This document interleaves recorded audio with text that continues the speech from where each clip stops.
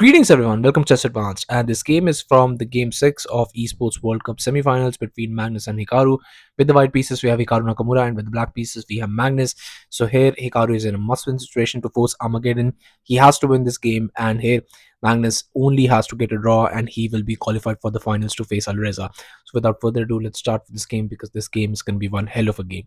D4, D5, and we have c4 by Hikaru, e6 by Magnus, queen's gambit decline. On the board, we have knight to f3, knight to f6, and just g3. Fiend continuing that bishop, bishop to e7, bishop to g2, castles, castles.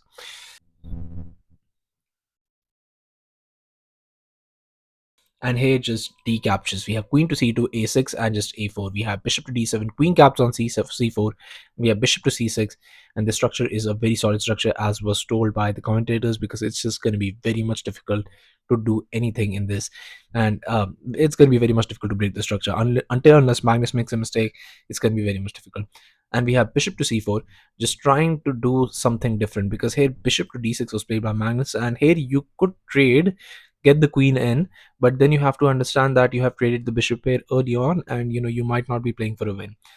So here Hikaru decides to do the unimaginable. Here he goes for bishop knight to c3, asking Magnus to ruin his pawn structure, so he will have a massive center.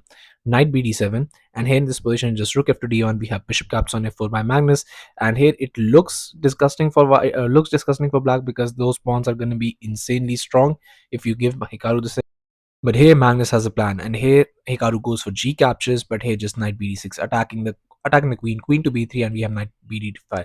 All of these moves blitzed by Magnus, and here just e3, but now just knight captures, b captures, and this pawn structure looks absolutely amazing for Hikaru. Let's see if he's able to convert this to a win because what Magnus had in his mind was just this b5 move, and now you have to decide: do you want to capture, maybe get the rooks off the board early on, and Magnus will enjoy the free open file for his queen, or you want to play what he played in this position? Hikaru goes for c4.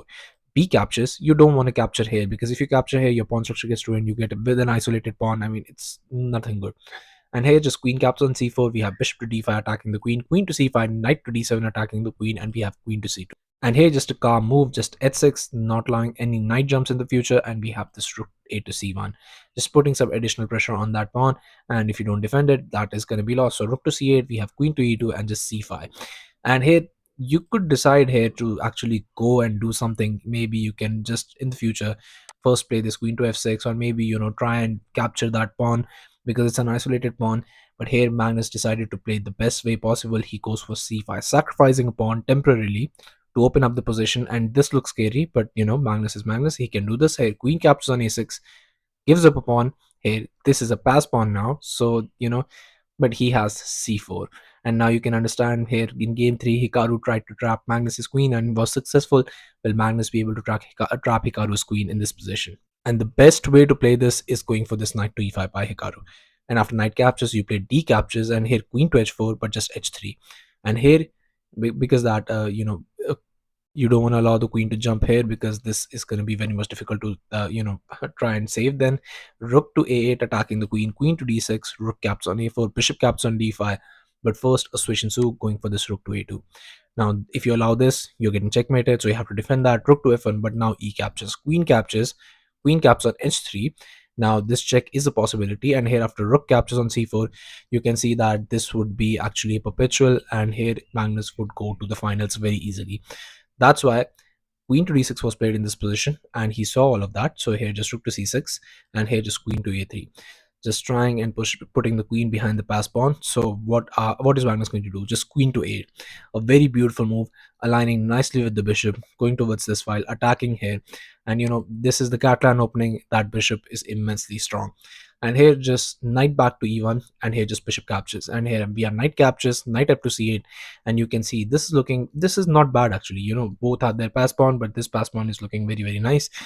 We have e4, and as I told you about that massive center, Hikaru has it, so he could push for a win here.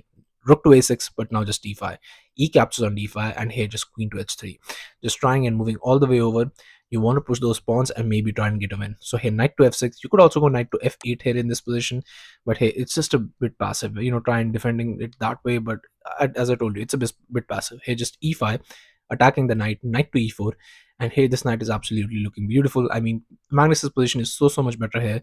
He has two connected pass pawns, and all Hikaru has in this position is trying to go for that mate. His rook is not that active, his queen is active, knight is going to be active soon enough to try and go for that mate, but it's black who's pushing for a win in this position. And here just rook caps on d5, just grabbing that pawn. Finally rook caps on a4, we have knight to e3, but now here just going for rook to d8, asking for that trade, and it's a draw now. I know Magnus lost a lot of its advantage on this move, but even if trade happens, it's still a draw. Rook captures, queen captures, rook to d1, attacking the queen, but now just here knight to d2.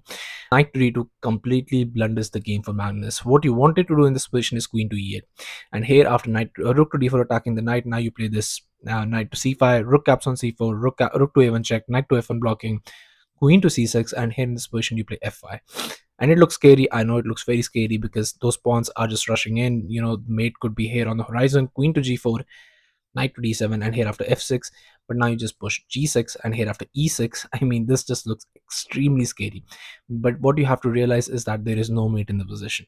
If you're able to realize that much, I mean, the game is yours, because here after knight to e5, you play e caps on f7 with the check, king captures, rook to c7 check, and here the king will go deep into the position.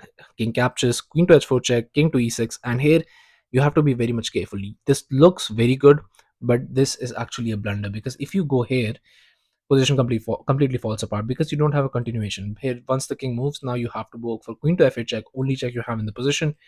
King moves, now there is only this check in the position. That's why you have to be very much careful, and you have to sacrifice the queen. Queen will be gone, game will be gone.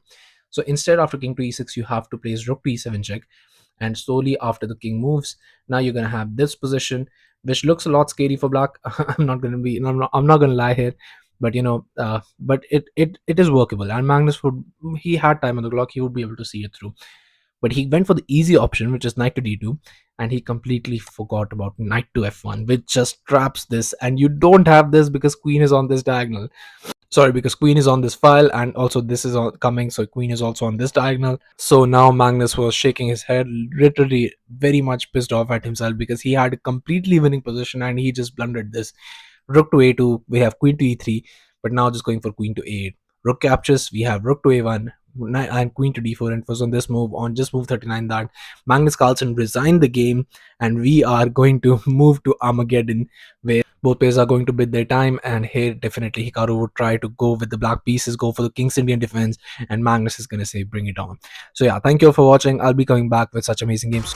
Subscribe to the channel while I bring the Armageddon to you, and I'll be seeing you guys very soon. Thank you all.